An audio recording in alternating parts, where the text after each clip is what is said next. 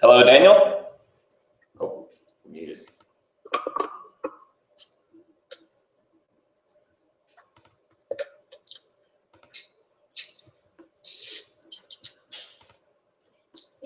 Hello, Adam.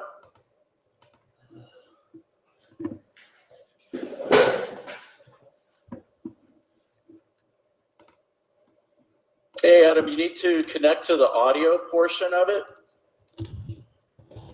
with your computer's mic and speakers, or you can go ahead and call in with the number that I provided with the link. Okay.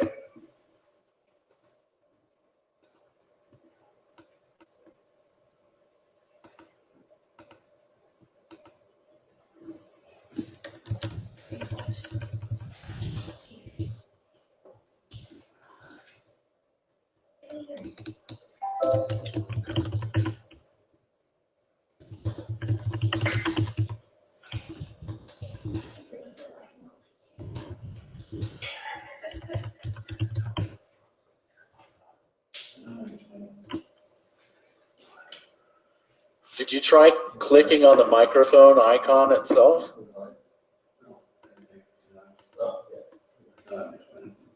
There you go. I think I'm having a tough week, Daniel. Can you hear me? Hey, Adam, I can. How are you? Good, good. I'm putting the wrong increments in the body view, and now I can't even click off a microphone. Oh, you know what? It's all good. It's all good. I'm here to help you, so no problem. It's been a week for us too. It's just chaos. You know, I know you can relate to that. It's a busy time of year for us, and certainly for me.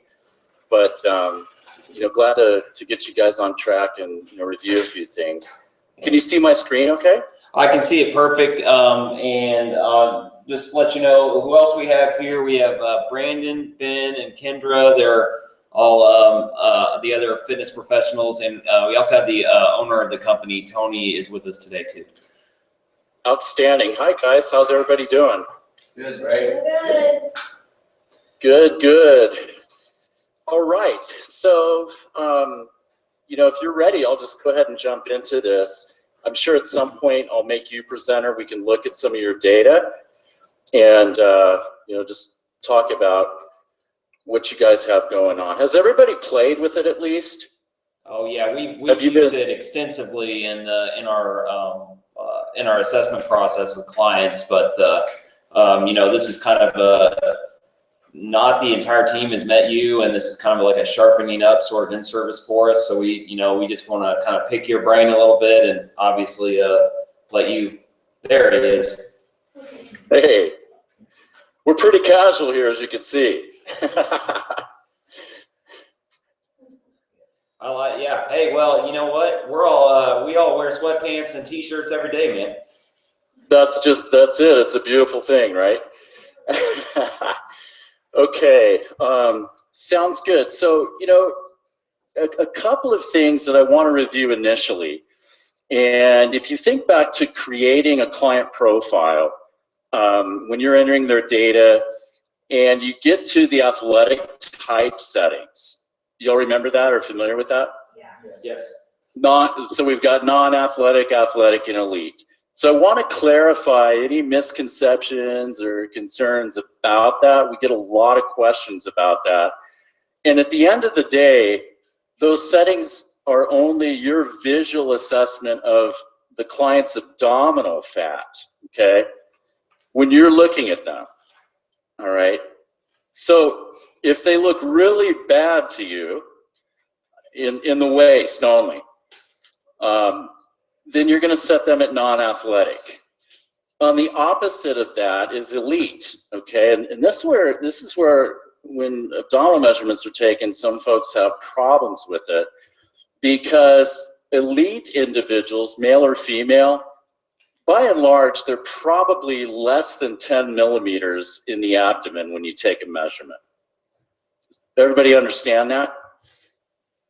Yes, that makes sense, yeah. Okay, so if you think about that, and I've got my waist measurement up here that you can see in the graph, okay? So how do those settings affect the software? We're gonna review that briefly. If you set somebody at elite, meaning they don't have any fat there at all, okay? You know, they're typically really leaned out there, nothing really that you can grab or pinch much of anything to speak of. What that tells the software when you take a waist measurement is that it's looking for a peak. If you can see my cursor down here in the graph, what that tells the software is it's probably looking for a peak somewhere in this 0 to 10 range, okay, which only makes sense if you're dealing with somebody that's really leaned out in the waist.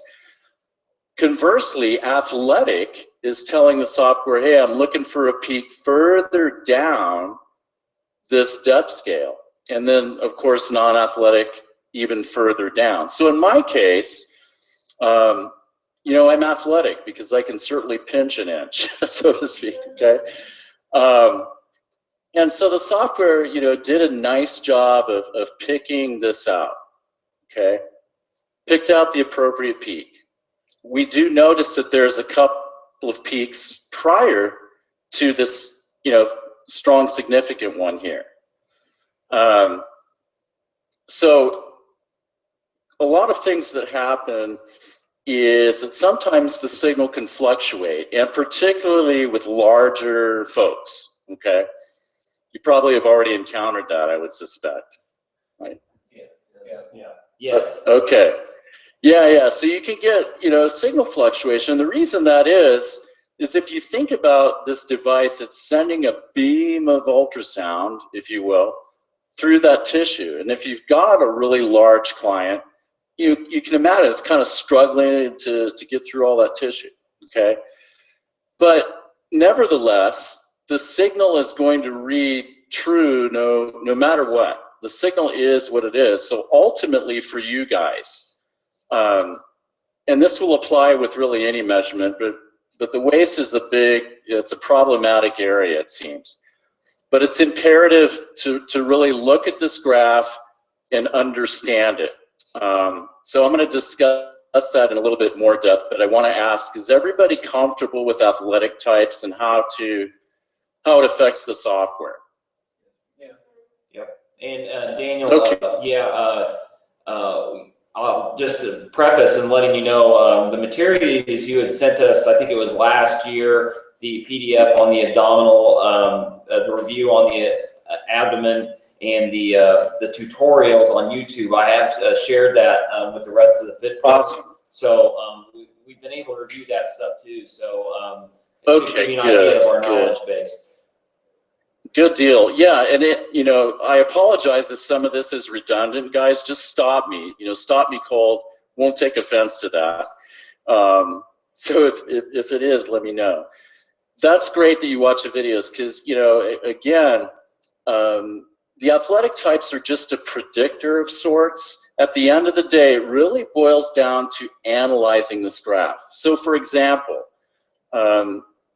you know, in lieu of the videos, if you took a measurement and I was your client, and for whatever reason the software came back, and I'm just clicking on this peak here. All I did is take my mouse and, you know, click on this. Okay, software came back and said 6 millimeters. I'd be a happy guy, right? Yeah. Okay, right. But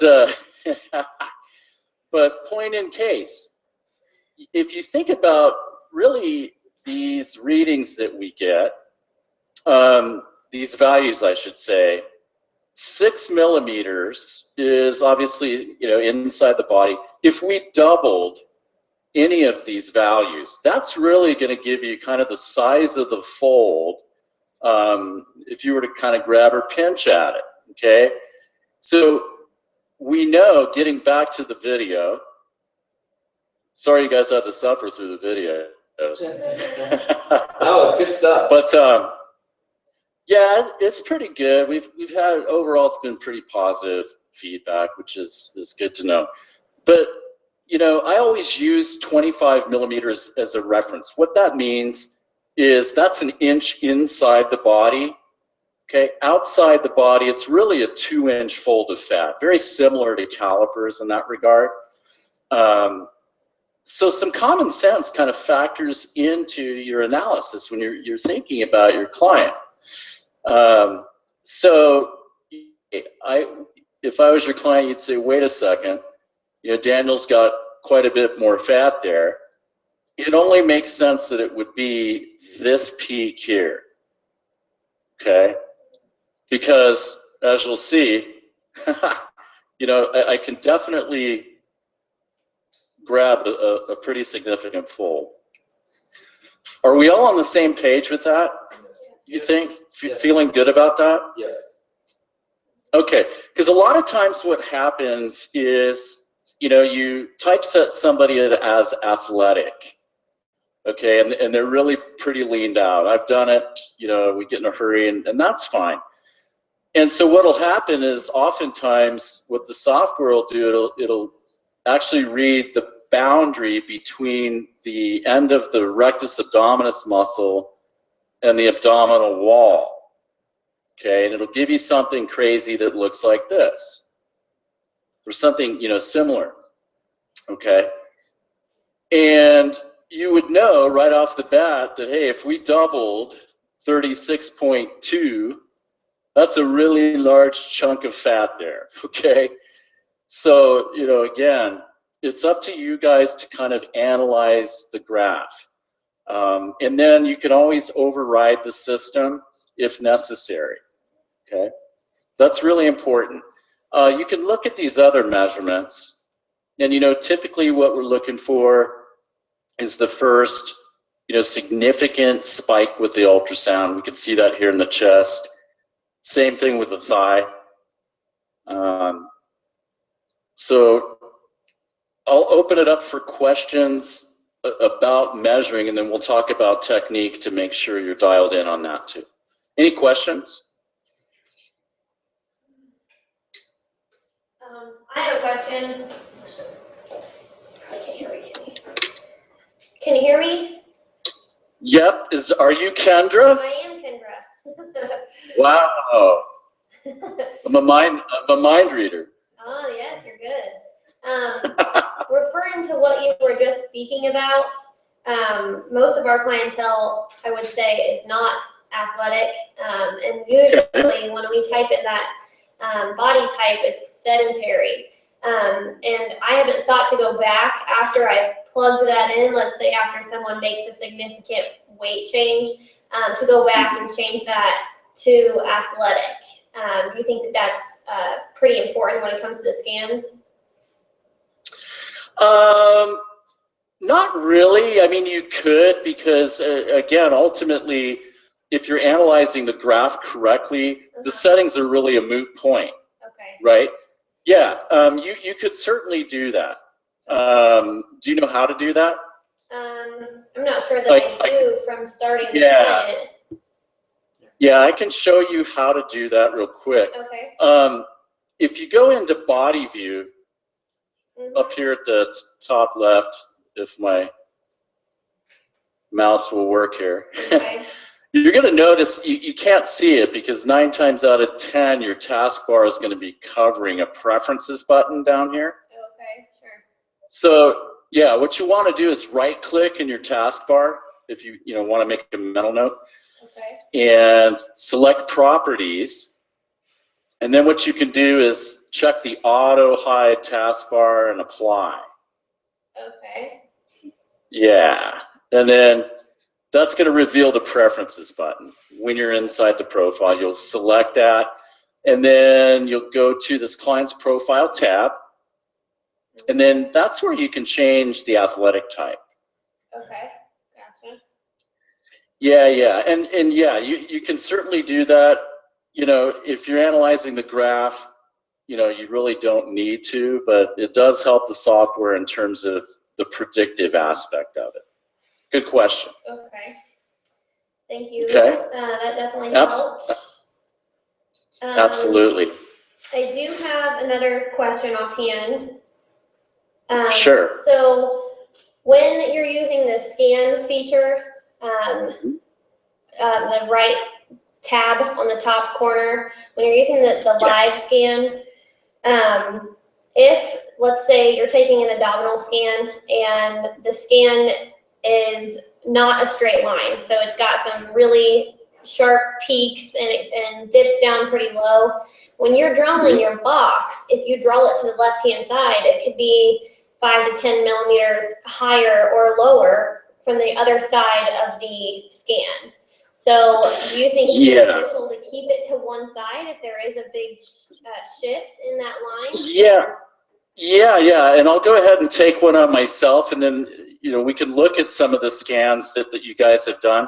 The reason that I like to draw the rectangle on the left side is simply because it's going to correlate with our sight point, right? If we were to take a traditional sight point measurement, we're right next to the umbilicus, really 1 inch to the right. Yep.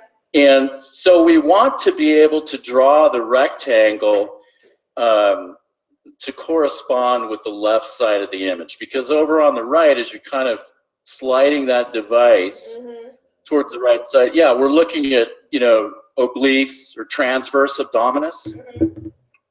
Okay. Does that answer your question? That does help. I know that I think most of my waist scans are a little bit more straight, but I know a lot of the women's hip scan is going to be more of a steeper incline. And so when that happens, I'm not sure if it's better to take an average of the line or if it's best to just stay as far left as I can, because there is a significant change from a low to a high number. No, I'm with you, Kendra, there. At the end of the day, it really boils down to kind of a systematic process, okay, in terms of interpretation with the bands of signals. So I'm going to review that with you, and I think that'll really help you guys. Okay. But yeah, I mean, obviously God made us all different, so it does kind of follow the curvature of that individual. Right. But it's really, kind of a 1, 2, 3 type of thing, and I'll show you that now on myself. Okay. So all I did is I went into the scan tab that Kendra's referring to, and I went into my drop-down menu and selected waist. Okay. And so with scans, you're going to use about the size of a quarter in terms of the amount of gel. And what I want to do is actually go from my sight point laterally. So I'm just going to spread the gel to ensure this thing slides nice and easy. Okay. So now when I'm ready to go with it, I'm going to go back to my sight point, and I'm flush and perpendicular as much as possible. You really don't want this at a tilted angle. Okay.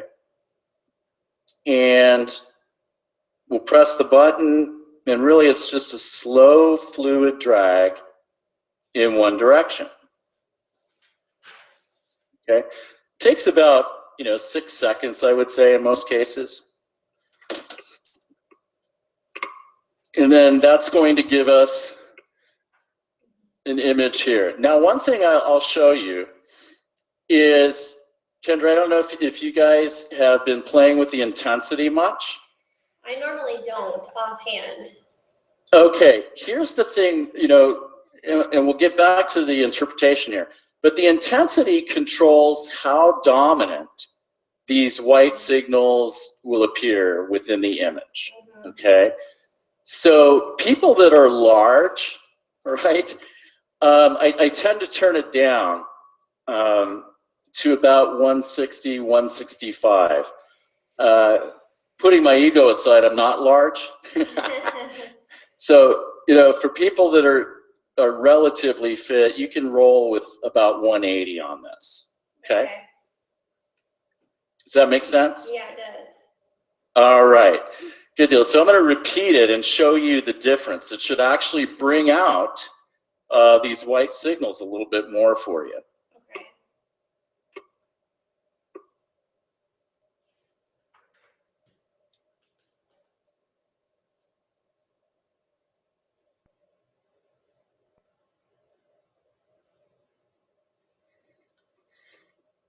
Okay. See the difference? It kind of increased the intensity of those white signals? Yes. Okay. So here's, in terms of interpretation, and again, guys, go ahead and stop me if you're up to speed with all of this stuff. But when you're doing an abdominal scan, in answer to your question about left side, right side, what I usually do is I come off the very left of the image, maybe a ½ inch or so. And the first thing that I'm looking for is really the first set of white signal below like 2 millimeters, because we do see some faint signal here at the top. Right. Okay. Yeah, and that's just skin surface. It's epidermis. So I'm looking for the first set of white signal, and it kind of starts here, and then you really want to trace it, and you're right, it does kind of dip as we go towards the right side here. Okay. So this is actually, this set of signal here is actually a thin layer of tissue known as a fascia. So, in thinking about your client, that's step one. Where is the fascia on this individual? Okay, so for larger people, it's probably going to be down here on this depth scale somewhere, right? Right. Okay, and then what you want to do is, after you've identified this fascia signal, we're looking for a second thicker, it's usually a thicker band, more consistent. And we see that really clearly right in here. Would you all agree with that statement? Yeah. Yeah. Okay. Yeah, and it actually starts right here. And this is the fat muscle border, okay? And so you can think of these white signal bands, because that's really kind of what we're after. It's the same thing as those peaks that we saw in the measurement graph. So if you'll permit me to go back to my measurement for a second, we'll take a look at that. Okay, and so the white signal in the image is really the same thing as these peaks. Okay, sure. Okay. So we see, a peak here at about 6. We see another one here at 11.5, and then you guys know how fat I am here at 20. So, right, okay. So all those things should correspond. So if I, as a quick check, if I just took my cursor and I went into this first signal here, and I kind of drew a box, I'm a little high on it, but you get the idea. Yeah. 5.8 is pretty close to that first peak, right? Right. Yeah. So yeah, my focus is kind of in this area, because this area corresponds with my sight point. So we know that my measurement was right at around 20, and sure enough, we see that very clearly right here. So I could take my cursor and kind of draw a box. Again, we're talking, tenths of a millimeter difference. It's nothing. So I hope that helps. It's a systematic process. First thing I want to do is look for the fascia. Second thing I want to do is look for a second kind of thicker band. And we see that here. And this is really ultimately what we're after. Okay, this is the fat muscle interface. Now, we can track and quantify this stuff. Have you guys been doing that at all? Yes, we save every image. We don't do muscle thickness or anything like that right now, but we do track the interfaces, and then yes, we save all the data for every single client, including the images, every time we do an assessment. Outstanding. I mean, that's the way you guys are really on the right track with that, because I like to have the measurements, and then be able to look at the scans, and you could really get a good idea. Is my technique good? Am I being consistent with my measurements? Because they should definitely correspond with the images, and the images don't lie, right? It's like looking at an X-ray. So with larger clients, I would tend to, again, turn the intensity down a bit, because it'll eliminate some of the noise. And what I mean by noise is the larger a person is, some of the other white signals that you would see, there can be a lot of it. So yeah. And maybe, you know, when I make you presenter here, we can look at some of those. So I'm gonna just do a quick track and, you know, show you the different layers here. Yeah, Daniel, that I was gonna ask it, since you've begun tracking, we did, since we read that resource from before, if you could maybe go into the superficial adipose and deep adipose, and I think this is a great scan to look at, to kind of figure out. I'm going to guess that little white spot around 35, is that the end of the rectus abdominis there? Right on point. You're right on point, Adam. That's the end of the rectus, and for me, I don't track it. Some people do. You know, they want to see, hey, am I building larger abs or something? You know, so you're exactly right. We could track that interface as well, and give you, you know, a good idea. So really, for meaningful change, you know, if that, obviously, if that first layer of superficial adipose tissue, that very first red line, if that shrinks, great. But that middle layer between the first and the second red lines, that deep adipose tissue, is what you're really looking to see go away. Absolutely, yeah. And, you know, as a quick review, so this top layer from 0 to the first red marker is superficial adipose tissue. It's more of a thermal layer of fat, almost like a storage compartment. It's not metabolically active. However, this deep layer that you're referring to is the deep adipose tissue. That's the metabolically active fat. And, you know, the papers and some of the resources I sent, I'm sure you guys have reviewed it. You know, that layer alone, it's virtually identical when it comes to visceral fat in terms of insulin resistance and disease. Okay, so obviously the more that you have of it, the more at risk you probably are. One thing that's interesting to note, just for your own information, guys, is you tend to start seeing the separation in these layers at about 8 millimeters. Okay, just so you know. And you know, getting back to like elite guys and gals, they're probably sub 10. In which case, if you did an abdominal scan, you're probably seeing one, you know, kind of heavy band here and really, you know, no fascia. Does that make sense? Mm-hmm. Yes. Okay, so what happens, and I'm raising my hand, obviously, is when people, you know, don't eat right and they don't exercise, or a combination of the two, then the fat separates in the abdomen and into these two distinctive layers. So you start to see that separation happen at about 8. Now, are we all going to be 8 millimeters? No. So, you know, any amount of DAT is potentially not good. Obviously, the more somebody has, and you said you guys had some larger individuals, you know, that can be a motivator. Definitely a powerful motivator. So we can, you know, save these images and do comparisons.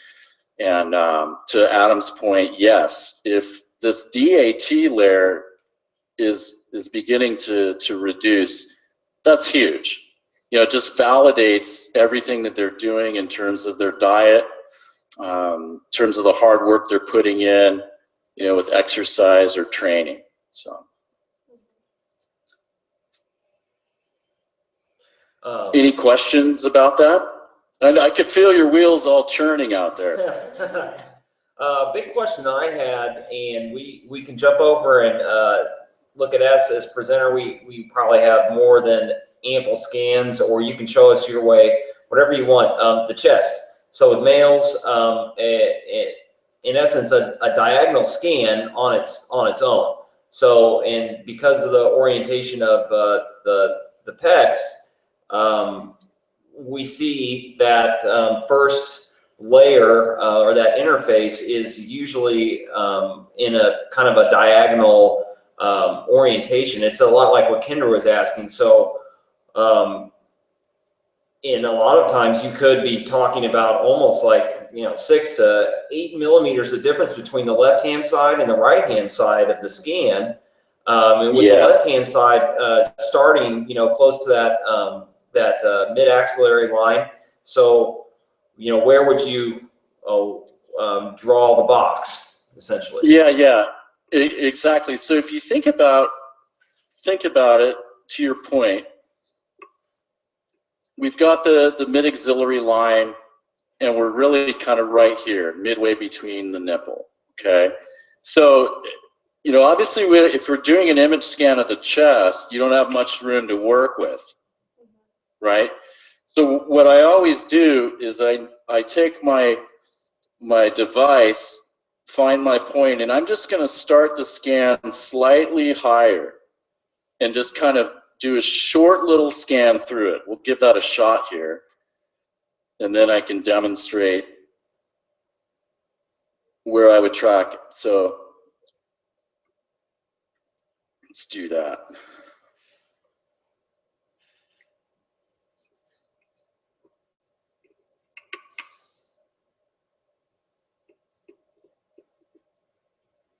Can you all see that? Yeah. Yes. Okay. So I'm going to start higher and just do a short little scan. I'm going through my point towards the nipple. All right. So we know we want to look, you know, below 2 millimeters. We see some pretty heavy signal there. And because I started higher on the point, I want to come out here a bit. Okay. Maybe an inch. And that would bring you essentially to more the middle of the scan, right? Yeah. Okay. Exactly. Okay. So I hope that answers your question. Yeah, perfect. Yeah. Good deal. All right. So, and yeah, you guys, you know, you can cross-reference any measurement that you do. You mentioned that you were doing that. I think that that's super. You know, other than the waist, it's really kind of this first set of signal that we're looking for. That's the division between fat and muscle, right? Okay, good question. Any other questions before we move forward? Maybe I can make you presenter and then we can look at your data. I do have one more for you. Okay. When we're talking Two is okay. Well, good, I'm at my limit. All right. When you are talking body fat percentage, which is, you know, our core reason that we use this software, if you were going to take a body fat percentage on somebody, would you use the average method or the scan method, or both? Would you use one to reference the other? Because I read, go ahead. No, go ahead, Kendra. I'm sorry. No, you're fine. I heard you mention in one of your videos that if you were trying to target specific areas of interest, such as the DAT thickness or in the muscle thickness itself, that you could use the scan tab to be able to see those tracks that we just looked at previously. But if you're solely using it for body fat percentage, and let's say the person is not obese and they're not interested in DAT, would you still use the scan or the live feature? I use them both in conjunction with each other, but that's entirely up to you guys and whatever your methodology is. I like both aspects of it. We actually have customers that all they use is scans. They use these images, and then what they do, and maybe you've been doing this, I don't know, but for example, they wouldn't even measure these points traditionally. They would come in and render an image come in here, identify the fat muscle interface, draw their rectangle, and then click on this to measure button and actually transfer the thickness over to the measure tab, provided the area that you scanned is also a point in your formula. Yeah, and I don't know, I'm not sure, unless you really feel confident with the images. I recommend doing both. Even 6 years into this thing for me, I always do both. I do both as well. I do the average feature, and I see a value, and then I kind of use that as my backup, and then I go to scan and I look, and if I'm having trouble finding the tracks that I'm looking for, I'll use the first scan as a reference point. But I think that there's some of our other fit pros that do just solely use the scan feature. Yeah, so it's kind of, up to you, really. I don't know that answered your question or not. That does. I use both. Okay, no, that does answer my question. That's good. Awesome. Now, one thing that I'll throw at you, okay, is with really large individuals, and I'm sure you may have already encountered this, is that if you're trying to measure a traditional waist point, this graph here only goes up to 60, right? Right. Yeah. So it's conceivable, right, that they're off the map. And the only way you could probably verify it, and you should have a general idea just looking at them. Hey, we know 25 is a 2-inch fold, so we know 60 is like closer to a 5-inch fold of fat. But hey, there's some large folks out there. So one of the things you can always do, and hopefully you guys have been utilizing this, is you can change the depth all the way up to 100. It's a lot of tissue. And then, take your waist scan and then transfer the value, as I just showed you, back to the point in the formula. That's one solution. Now, I know that in speaking with our developer and other practitioners, sometimes, even trying to take a measurement on folks that are that big can be somewhat invasive. We do have a formula that's designed for obese individuals, and it's just that 1-point bicep. Okay, I'm just throwing this out at you guys. It's a lot less invasive, and we're talking, body fat percentages that are, probably well over 40. Okay, really large individuals, and it's the accuracy is about ±3, just so you know. Yes. But it gives them a good starting point. And then what we like to do is actually couple this formula with a bicep scan, just a simple bicep scan. Okay, and save it, and then come back. How frequently are you guys testing? Every 6 weeks. Yeah. Okay, which is great. That's a great interval, because hey, if they're doing the deal, you should certainly see change, right? Right. Yeah, so you could couple that with a bicep scan, and come back in 6 weeks and do it again, and compare the two bicep scans side by side. And obviously these aren't great examples, but you get the idea. I mean, if they're losing fat, that's half the battle. And until they get healthier, it could be an alternative to trying to put them through a 3 or a 4 site assessment. Right. Okay. That is a good alternative. That's just, it is. We get pushback on it. Well, hell, I should just get a BIA if it's ±3. You're only doing one site. Well, I disagree with that. Obviously, I'm biased because we think we think that the scan information is what separates us. Right. Hopefully you guys agree. Yeah. Oh yeah, definitely. Good deal. So that's, you know, that's how I would approach it. I do both. You know, if you're in doubt, the scans, you can cross-reference any measurement that you do. The hip can be tricky. Sure, you've ran into that. Oh yeah. Yeah, and you could kind of do the same thing that I did with the chest. You could do a quick hip scan and just, you know, kind of go diagonally. It's just a short little scan. And then it's always, you know, the first band of signal, like come off, sorry about that.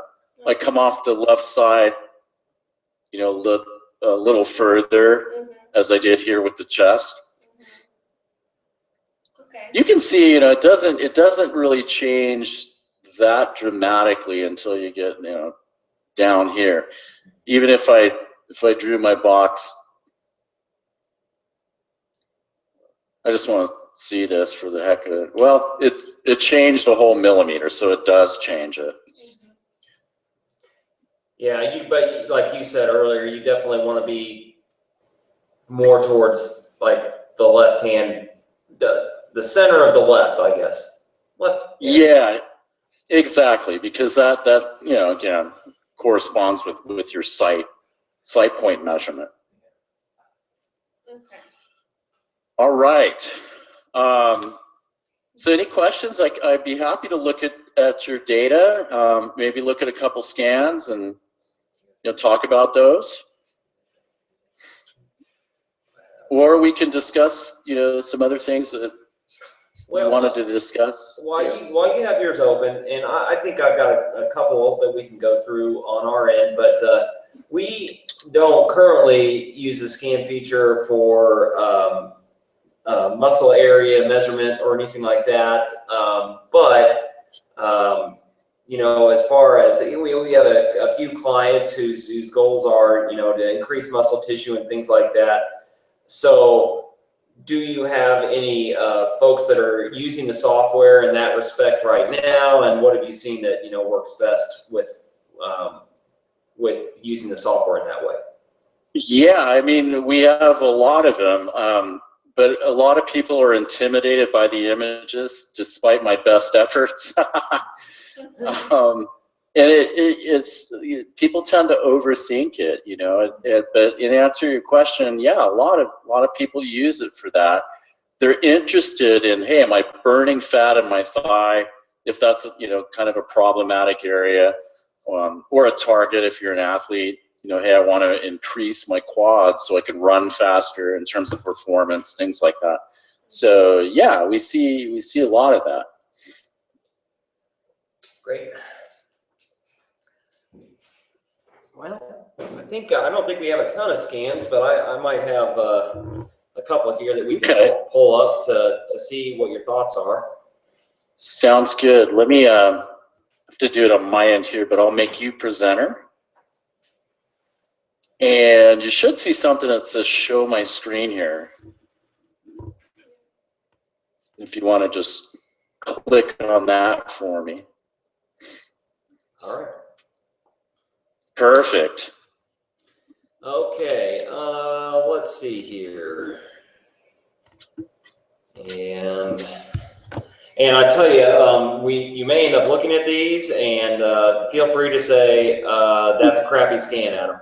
So I won't say that. You know, one thing I will say though is that if you take an image and you're not crazy about it, it just, you can repeat it right then and there. You know, sometimes this thing will kind of stick even despite putting gel on and so forth. So if you're not seeing the interfaces as clearly as you like, you can play with the intensity a little bit, because every computer is different, let's face it. sure. Yeah, with the graphics and, you know, different graphics cards, so the intensity is going to display, you know, differently. So, you know, I said 180 for relatively healthy people, 160. You might play with that a bit, but I can look at this scan right away And that's a great chest scan. The only thing that I would have done differently is you want to try and follow the path. Sometimes it'll transition from white to blue. Okay. Okay, in terms of you're thinking about a band of signal. So what I would have done, I'm looking at the left image. What I would have done is track it more. I'm looking at where it's 11 millimeters, that white portion of the signal. I would have kind of adjusted it. Okay.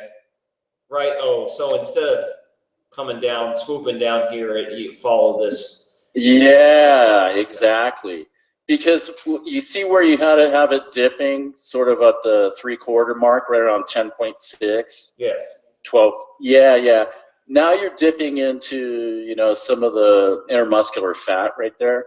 Okay. And not that it's a huge deal, but I would have tracked it just slightly differently. Okay. Oh, that's a good point. Yeah, and it's kind of hard to see. I can pull the image up and erase the tracking if you want, if that makes it easier. Would you like me to transfer it to the scan? No, you could do that later. But the one on the right, can you transfer that one over? Yeah. Let's see here. You may need, yeah, you'll have to find it on the left side. There you go. The 8.5. So this individual's made progress. Okay. So go ahead and then what you want to do is go to your scan point, drop down. I always forget. Not always, but I've learned my lesson. Oh, yeah. Otherwise, it'll tag a thigh. Yeah, and then clear the tracks for me. Okay, so in this case, what I would do is you can kind of follow the band at around 8 millimeters at the very extreme left. I would click there, and then follow, but follow the white signal. Let me see. Can you give me mouse control? Yes. How do I do that? Let me see here. I just requested keyboard and mouse. So if you want to, don't touch your mouse, and hopefully I'll be able to come in and do it. Let's see. You're the wizard now. Okay.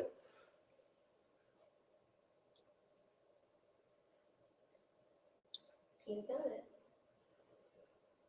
See what I'm doing? Yeah, and this is really great because this is what I was asking about earlier with the chest. And I know, you know, with even leaner individuals, you know, you get stuff bouncing off, you know, maybe the top of the rib cage and stuff like that. So it sometimes that what you just did there makes, so that big thick white one down around like I don't know, the right hand side at about 15, 17, that right there would be intramuscular then?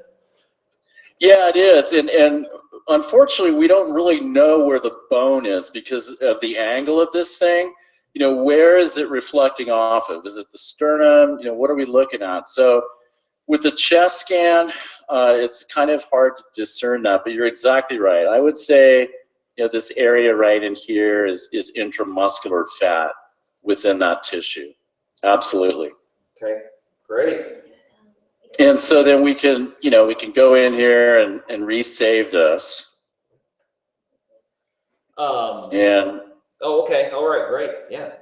do you want me to go ahead? Go ahead and save it. Actually, well, we've already done his assessment, so there's really not much updating it at this point. Oh, okay. Yeah, if you see what I'm saying. Yeah. I'll probably just update it when I rescan him in about a week. Perfect. So That there's that one. Do you want to go ahead and show me any more? Yeah, that was John. Okay. I feel like we should do a larger individual, like either Sherry or Cheryl. Okay. Do we have mouse control back, Dan? Yeah. As soon as you take it, it'll work. And then once you let go. Kendra's gonna pull somebody up for you. Okay, great. Just a close out of that so you can. Oh no, go to home. Yeah, you're right. Okay.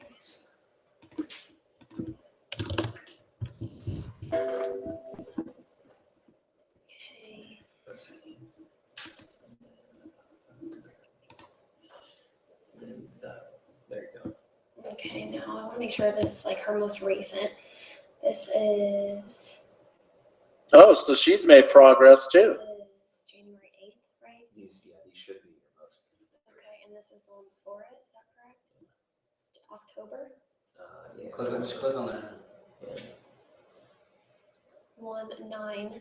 That's that one, right? That's the time. Oh, Yeah. here. Yeah, that one right there. There you go. Okay. So they're pretty close. Okay. Okay, this is a hip scan of a larger individual who also has some scoliosis, so she's kind of hunched over, and she's carrying a lot of excess weight. But she is one of our bigger individuals who's a little bit harder to scan. In her hip, she does have a fold, so it's hard to kind of differentiate the correct point to put the scan or where to scan her at. But this is her last two scans, her most two recent scans. Okay. Yeah, I mean, it could be kind of tricky. The only suggestions that I could give you would be to, have them, or maybe have her kind of pull it up a little bit. Okay. With her left hand. Mm-hmm. I'm sure you have a good relationship with her, so I don't think she'd have a problem with that. And the other rule is kind of what we call the 4 and 2. If you go 4 inches laterally, Okay. and then 2 down, that should put you pretty much in the vicinity. Oh, that's good to know. That's good. Yeah, and if you look at these scans, I think you did a really great job. I would have tracked it, slightly different. What I like to do, guys, is track it right through the center of the white signal. Okay. Sure. As much as I can. Mm-hmm. Yeah. And then again, if you think about size of fold at that spot, okay. Now I'm guessing that she has kind of an extended abdomen, right? Yes. Yes. Okay. You said that, but at the spot itself, so we're talking 14 millimeters. If we doubled that, that's it's a little less than a 2-inch fold right there at that spot, right? Right. Okay. So I don't know if that's the case, but I mean, in terms of what I'm seeing here, it would be that first interface there. That's good to know. Okay. Yeah. Could I look at her actual, did you do a hip measurement on her? With Just a regular yes, measurement. If you close this out, okay. and we go to the measure, let's go to the measure tab. And the C button. The C button, okay. Yeah, there you go. So this is where all your measurements are. Okay. Yeah, and so I can look at the one we did, and that's perfect. Good job. Okay. And you can see that, the top graph is your first measurement, right? And then the middle graph would be your second. Okay, yep. Takes the average of those two, as you know. Uh-huh. And then looking at the scan that you just showed me, yeah, it's right on. It's a great scan. Okay. This is a good way to compare right here. I like this button. This is a good feature that I don't use. Yeah, no, it's awesome because for 2 reasons. You can see changes via these graphs, right? Yes, right. You can see thickness changes, but it's also really kind of a nice way to make sure that you're measuring correctly, because right. if you got peaks over here and right. That's going to tell you, hey, I need to make sure that my technique is right. So awesome. Okay, that's good job. Thank you. I'm going to pull up somebody now who is athletic. Maybe you could even consider elite. I want you to look at her images as well, because you can see they're drastically different. Oh yeah. Yeah, from no. last client. Yeah, they're different in the respect that you know, that heavy signal right around 30, and yes. You know, that's the end of her abdominal wall. But yeah, she's an elite gal. Okay. Yeah. You know, if you look at oh, I thought it was a waist scan, but you could still see the same thing. My apologies. No, that's fine. Yeah, she went from 8 to 6.9. Mm-hmm. It does look different, but with the hip, yeah, even there again, we don't know where it's reflecting off of, so you can really only gauge, you know, fat thickness there. Okay, sure. They Yeah. do look a little bit different. It just could have been, you know, the process, the scan itself. Sure. But it's pretty consistent. When I look at it, it looks very consistent to me. I mean, Okay. Awesome. That's good to know as well. And you know, we should look at yours too. did you do a waist scan on her by chance? We didn't. Or no? We did not look at. Typically, when we do the 3-point sight on, we do the waist on a male and the chest as well as the thigh. And then for females, we typically do the thigh, the tricep, and the hip. Okay. Which we use the Jackson and Pollock on both men and women, the 3-point. Do you feel like we do that for time and efficiency, to try and keep the assessment process to about 45 minutes, and we also do goal setting during that time. So would love to do like 7-point if we could, because we know the accuracy would go up, but that would obviously take a little bit more time. Do you feel like the 3-point is sufficient for giving accurate results? Yeah, I mean it's fine for ladies. I actually like the 4-sight. So the only change is that they've added the waist point to that. There's and that's only for ladies. It's a 4-sight Jackson Pollock. But I mean, what I would just be consistent with what you're doing now. 3-sight's fine. The difference between a 3 and a 7, guys, is really small. yeah. You know, I'd say it's less than 2%, which may seem large. Legally, I have to say 2% on myself. Between a 1 and a 7, obviously different body type than, you know, some of your clients. Okay. You know, I haven't seen it deviate more than like 1.2. Super close. I don't know if that helps you or not, but I think a 3, in lieu of what you're using it for, a 3 for guys and a 3 or a 4 for women is just fine. Okay. But whatever you want to do, that's why we have all the formulas in there. Sure. I have one more that I wanted to look over, which is actually Ben, who is in the room with us. He's very athletic. He's definitely elite. And I'm going to have to ask you how to spell your last name. Z. Hi, Ben. I did his measurements at one point for him, and he's by far the most athletic person I've had to do. So it was a struggle in the opposite way that it normally is, because it was there's such a small amount that you can see up in here. This is yeah.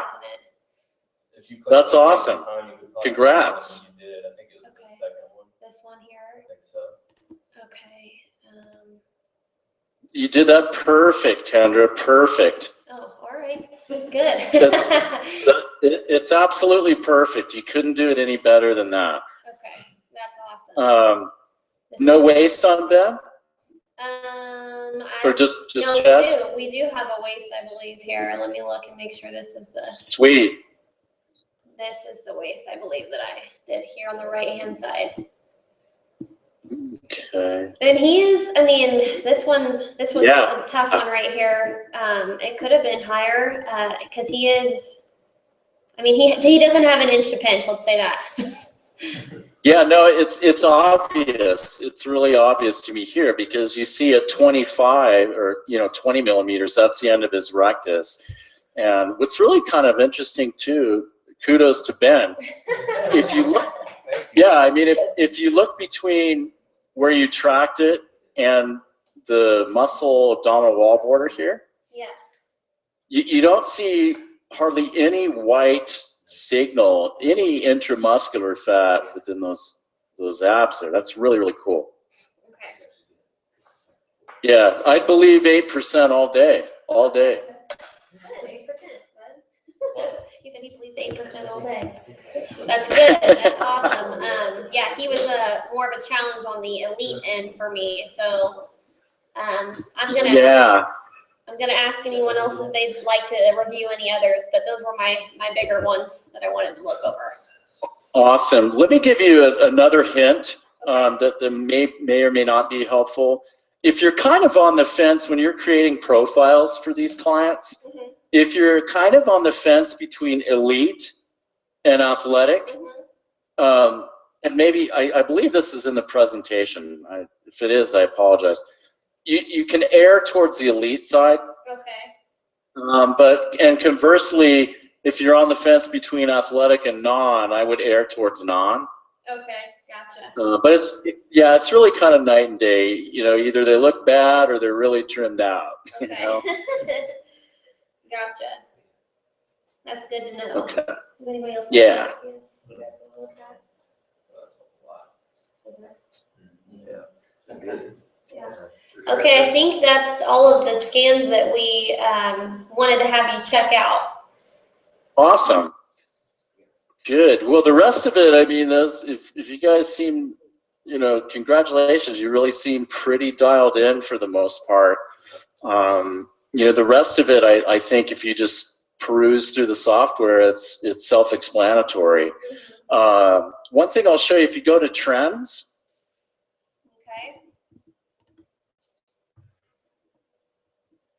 Okay. We're all data fanatics here at Intellimetrics, right? Probably figured that out already.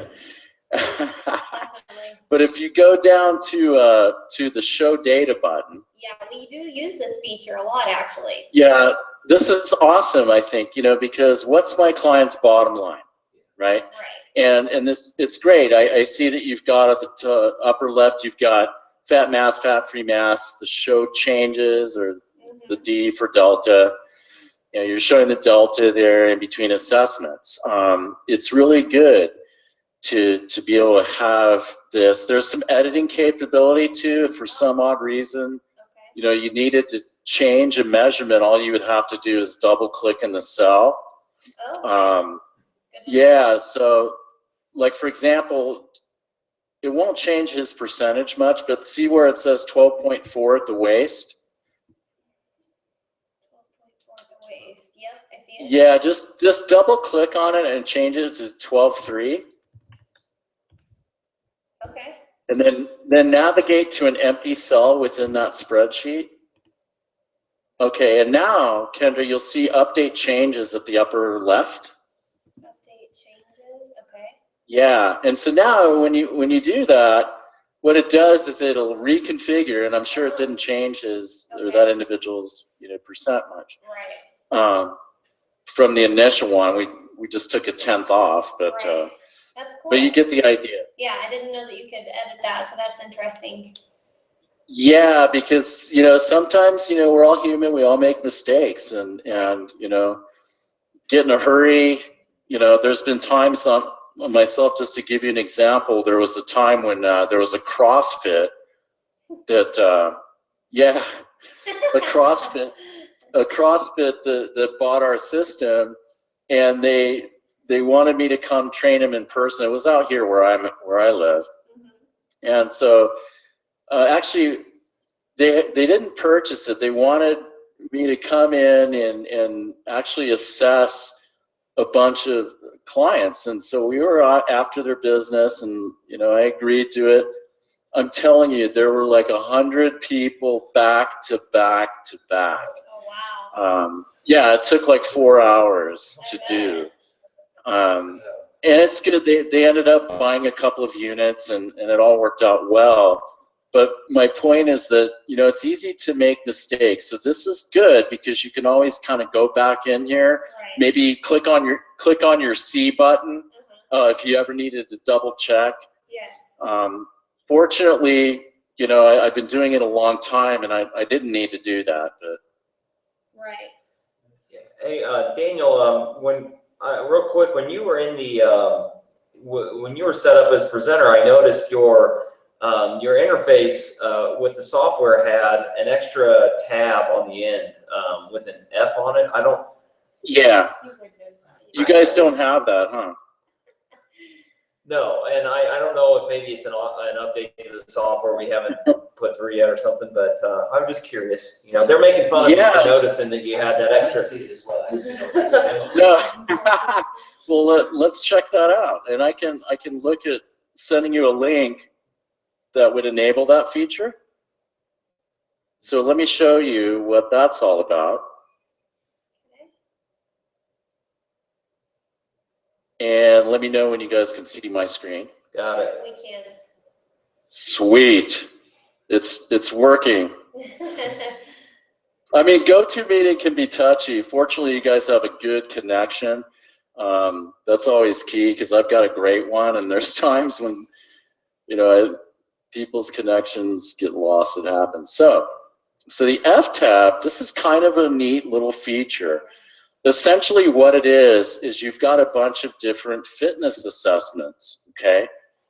These are generic ones, you know, and the idea is how many sit-ups could my client do in a minute and so forth. Yeah, so, you know, if you put values in here, what that does, I'll just type in some hypotheticals. And then you check these boxes.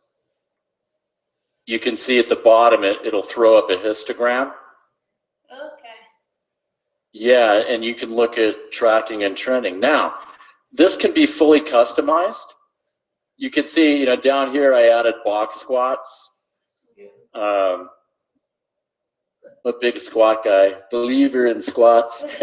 But you know, just as an example, I added those. So you can customize this. So if you have a certain protocol or you wanted to track, you know, different fitness parameters or assessments, you could certainly do that, and you would do that in Administrator.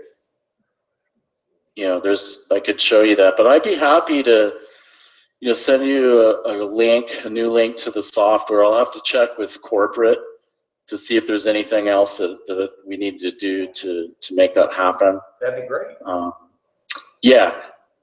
Blood pressure, I mean, this is another thing. If you manually enter blood pressure readings, it would kind of give you a history there as well.